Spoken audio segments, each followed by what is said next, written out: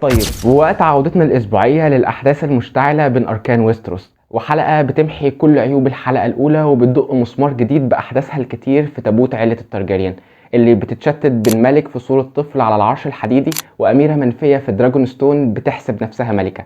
خلينا بدون تطويل نبدأ كلامنا عن الحلقة التانية من مسلسل آل التنين. كالعادة أهلا بيكم، أنا محمود ويلا بينا نبدأ فيديو النهاردة. Dreams didn't make us kings. Dragons did.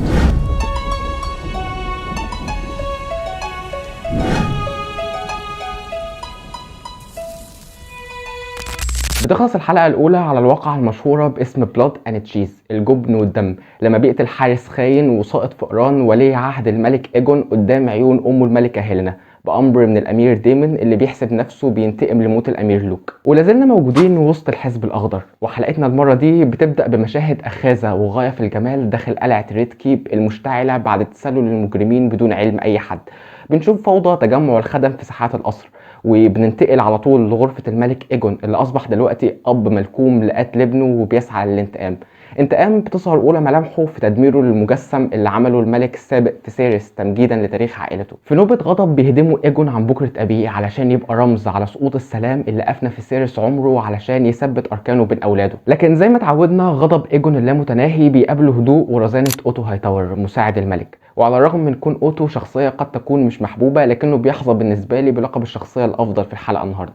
قد يكون مش محبوب، لكن ابدا محدش يقدر ينكر مدى خبثه ودهائه وفهمه اللي محدش يقدر ينافسه فيه لخبايا الحكم وطريقة السيطرة على الامور. وهنا بيبدأ اول صراع في قصتنا، صراع بين ملك غاضب وبين وزيره وجده اللي بيشوف في قتل الامير فرصة لكسب التعاطف من العائلات ومن الشعب، فرصة جديدة علشان يظهر رينيرا بشكل شرير وقاسي، ومرة تانية بتجيله الفرصة علشان يزيد من كره الشعب ليها ويزداد ولاء لإيجون.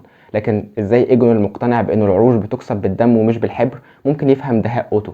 هذا الدهاء والخبث اللي مكنه انه ينتظر سنين طويلة علشان يتحين فرصة تمكين إيجون من العرش وابعاد رينيرا عنه. دهاء وخبث بيقابل باستهجان الملك اللي بيطيح حرفيا في كل اعضاء مجلسه متهمهم بالتقصير في حمايته هو وعيلته، وفي مقدمتهم اكيد السير كيرستين كول اللي بيدعي وبيكذب كعادته بانه كان في سريره بعد ما ادى واجباته تجاه الحرس الملكي لما بيسالوا الملك عن مكانه وقت وقوع الحادثه، وبيخفي حقيقه خيانته للقسم اللي اداه بوجوده الغير مبرر مع الملكه أليسنت. وعلى ذكر ملكتنا أليسنت فهي كمان بتتعامل مع الوضع باسلوبها المعهود وصفاتها الاسيره وطبعها المتدين اللي بتطغى عليها على الرغم من الشكل اللي ظهرت بيه في الحلقه الاولى، وبتقتنع ان موت الامير كان بسبب غضب الالهه على عائلتهم وبتقع تحت وطأة الذنب اللي كانت بترتكبه في وقت موت الامير، او يمكن وطأة ذنب سكوتها على موت الامير لوك. لكن وكما هو متوقع بتوافق البنت ابوها، بتوافق أليسنت على اقتراح اوتو بعمل جنازه ضخمه للامير في وسط الشعب وتقنع ابنها بضروره عدم التصرف دلوقتي في سبيل انتظار المكافاه اللي بيخطط ليها ابوها.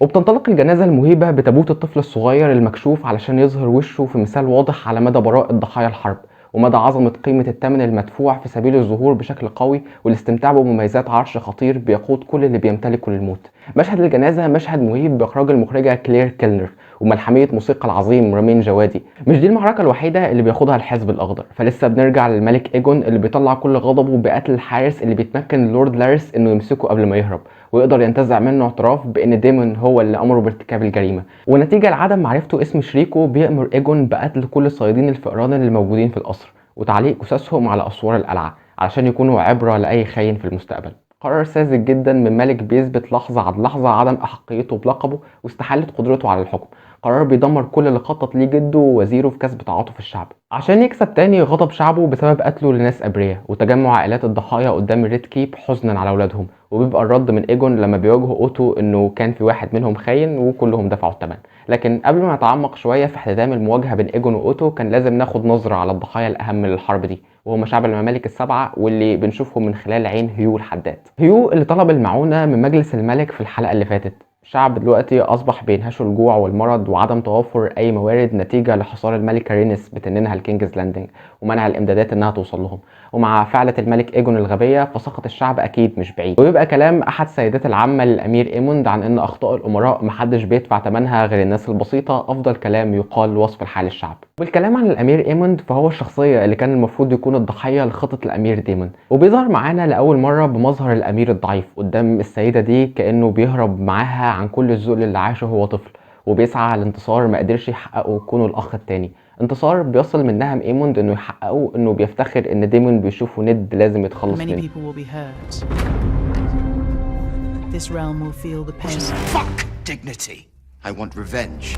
لكن شخصية ايمون ده هيبقى ليها ظهور كبير معانا في الحلقات الجاية. خلينا دلوقتي نرجع لسخط الشعب، الأمر اللي بيدركه أوتو بخبرته الطويلة في الحكم علشان يواجه بيه الملك بشكل صادق وبدون أي تحفظ، وبيتكلم معاه بصفته جده اللي بيغضب عليه بعد فعل ساذجة وغبية. لكن مع استفزاز ايجون ليه بيقرر اوتو انه يرمي كروته كلها ويفكره بابوه الملك فيسيريس صاحب العهد المليان بالسلام والكرامه على حد تعبيره، وبيفكروا بنظره فيسيريس المتدنيه له، الامر اللي بيجبر ايجون على ارتكاب واحد من اغبى القرارات اللي ممكن تصدر من ملك، وهي انه بينزع لقب مساعد الملك من اوتو هايتاور وبيقدمه لاغبى شخصيه حرفيا في المسلسل السير كريستيان كول عشان يطرد اوتو هايتاور من ريد كيب، وبتبقى وجهته مجهوله بين الاولد تاون معقل عيلته واخبار عن ابن تاني الاليسنت موجود هناك بيتوسم فيه اوتو الولاء والطاعه ليه، او انه يروح للهاي جاردن علشان يقنع عيله الطيرال بمسانده الحزب الاخضر بناء على طلب الملك. الملكه اليسنت صاحبه الشخصيه اللي بشوفها بتتهاوى قدام عيني حرفيا كل حلقه، وهي بتعاني من الكتابه الضعيفه عشان نشوفها في اول الحلقه وهي بتحاول تتطهر من الاسم اللي ارتكبته ليله وفاه الامير، وفي اخر الحلقه بترجع ترتكب نفس الاسم مره تانية وتكمل علاقتها اللي مش واضحه بكريستيان كول، وبتبقى اخر نظره على الحزب الاخضر والملكه اليسنت داخله غرفه ابنها الملك بنظرات غاضبه للومه على عزل جده، لكنها بتتراجع وهي بتشوف غضب ابنها بيختفي وبيرجع طفل صغير بيبكي بشده على وفاه ابنه وعلى تقل المسؤوليه اللي لقى نفسه بيحملها. تطور كتابي رائع وملحمي ضمن الفريق الاخضر مش بيعيبه بس غير كتابه شخصيه اليسنت اللي بنشوف الضعف فيها حلقه عن الثانيه، وهشاشه تصوير شخصيه كريستيان كول على الرغم من وجود المقاومات لتحويله لشخصيه قويه. لكن على الرغم من كده بنشوف اداءات تمثيليه رائعه في مقدمتها طبعا العظيم ريس ايفنز وبيتبعوا توم كلين واوليفيا كوك. وكالعادة من كينجز لاندنج لدراجون ستون اللي بنوصل لهم في نفس المجلس المقام للبحث عن هوية قاتل الأمير علشان تنفي رينيرا التهمة عن نفسها. احنا عارفين ان الأمير دايمون أخذ القرار لوحده بدون علمها، لكن ده مش بينفي شك بعض أعضاء مجلسها في انها قد تكون ارتكبت الجريمة انتقاما لموت ابنها. وفي ظل احتدام النقاش بيكون دايمون ساكت وعلى وشه نظرات تلذذ بيلازمها كالعادة نظرات اللامبالاة المشهور بيها، وفي ظل سكوته بيفضح أمره بأنه كان السبب وراء قتل الأمير علشان نوصل للصراع والمواجهة والمشهد الأفضل في الحلقة بين رينيرا ودايمون. صراع أقل ما يقال عنه إنه فتح لكل المشاعر المستخبية داخل قلوبهم خصوصا رينيرا، وبتواجهه بشكوكها في إنه مش مخلص ليها وإنما بيتخذها أداة للمطالبة بعرش شايف نفسه إنه له الحق فيه علشان يثور دايمون ويفكرها بضعف أبوها وإنه ما اختارهاش وريثة له إلا علشان يكسر دايمون والخوف من سطوة إنجازاته، عشان ينتهي النقاش بينهم بسؤال واضح من رينيرا ما إذا كان مخلص ليها ولا لأ. سؤال طبعا مش بيلاقي إجابة. كلنا عارفين شخصية دايمون المتكبرة المغرورة والمستهترة بيشوف نفسه أكيد أكبر من الاعتراف بإجابة للسؤال، وبيبقى سؤال رينيرا متعلق مع اختفاء دايمون من قدامها علشان يركب تنينو اللي روده في آخر الموسم الأول وبينطلق بيه لوجهة مجهولة الهوية.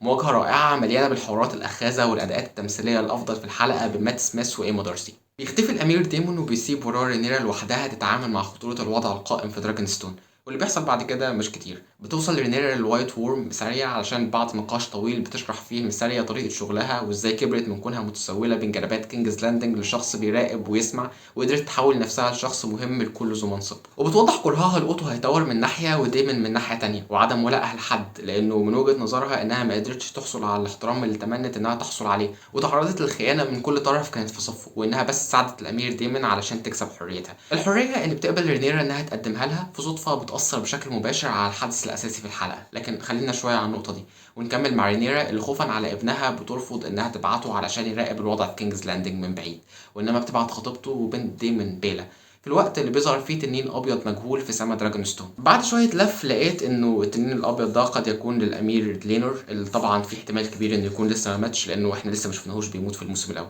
ودي كانت النهايه لفريق الملكه رينيرا، وكالعاده ننتقل للحدث الاساسي في حلقتنا واللي بيبدا في كينجز لاندنج. بس خلينا نفتكر الاول من الموسم الاول التوأم من الاخوه إيريك الفرسين اللي كلفهم اوتو هايتاور بالبحث عن الامير ايجون بعد وفاه الملك فيسيريس. الاخين اللي بيختلفوا واحد منهم بيعلن ولاءه للحزب الاخضر والتاني بيسرق تاج الملك فيسيريس ويروح يعلن ولاءه للحزب الاسود.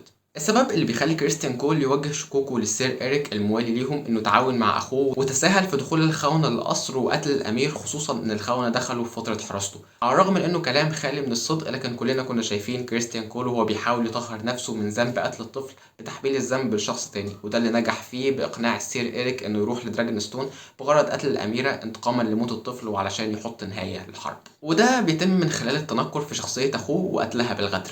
لكن على الرغم من موقف السير إيريك، لكن الصدفة بتتدخل علشان تشوفوا ميساريا اللي حصلت على حريتها أخيرا وهو بيحاول يدخل القصر علشان تروح تحذر أخوه اللي بيلحقه في اللحظة الأخيرة وبينقذ ملكته.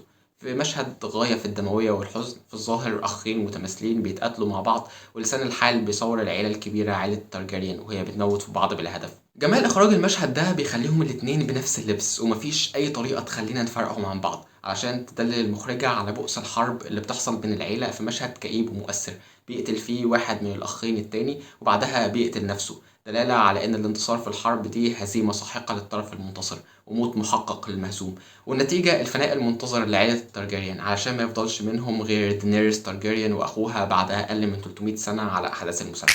حلقة مؤثرة وقوية وصادمة وفيها كتير من روح الأسرار والخبايا والمؤامرات والمواجهات اللي اتعودنا عليها من العالم ده، مع التمثيل المتقن والإخراج العظيم. عيوبها قد تكون بسيطة بتتمثل أكيد في كتابة شخصية أليسنت اللي بتنتقل من سيء لأسوأ، وبعض الصدف اللي حددت مسار القصة. وتقييمي الحلقة التانية من مسلسل هاوس اوف ذا دراجون هو 9/10. وبس دي كانت كل حاجة عندي النهاردة. شاركوني برأيكم عن الحلقة وقولوا لي ايه انطباعاتكم عنها ومدى حماسكم للحلقات الجاية. أكيد تابعوني على فيسبوك وتويتر، هناك بنشر مراجعات للأفلام اللي بشوفها. ما تكونوا استمتعتوا. أنا محمود، سلام.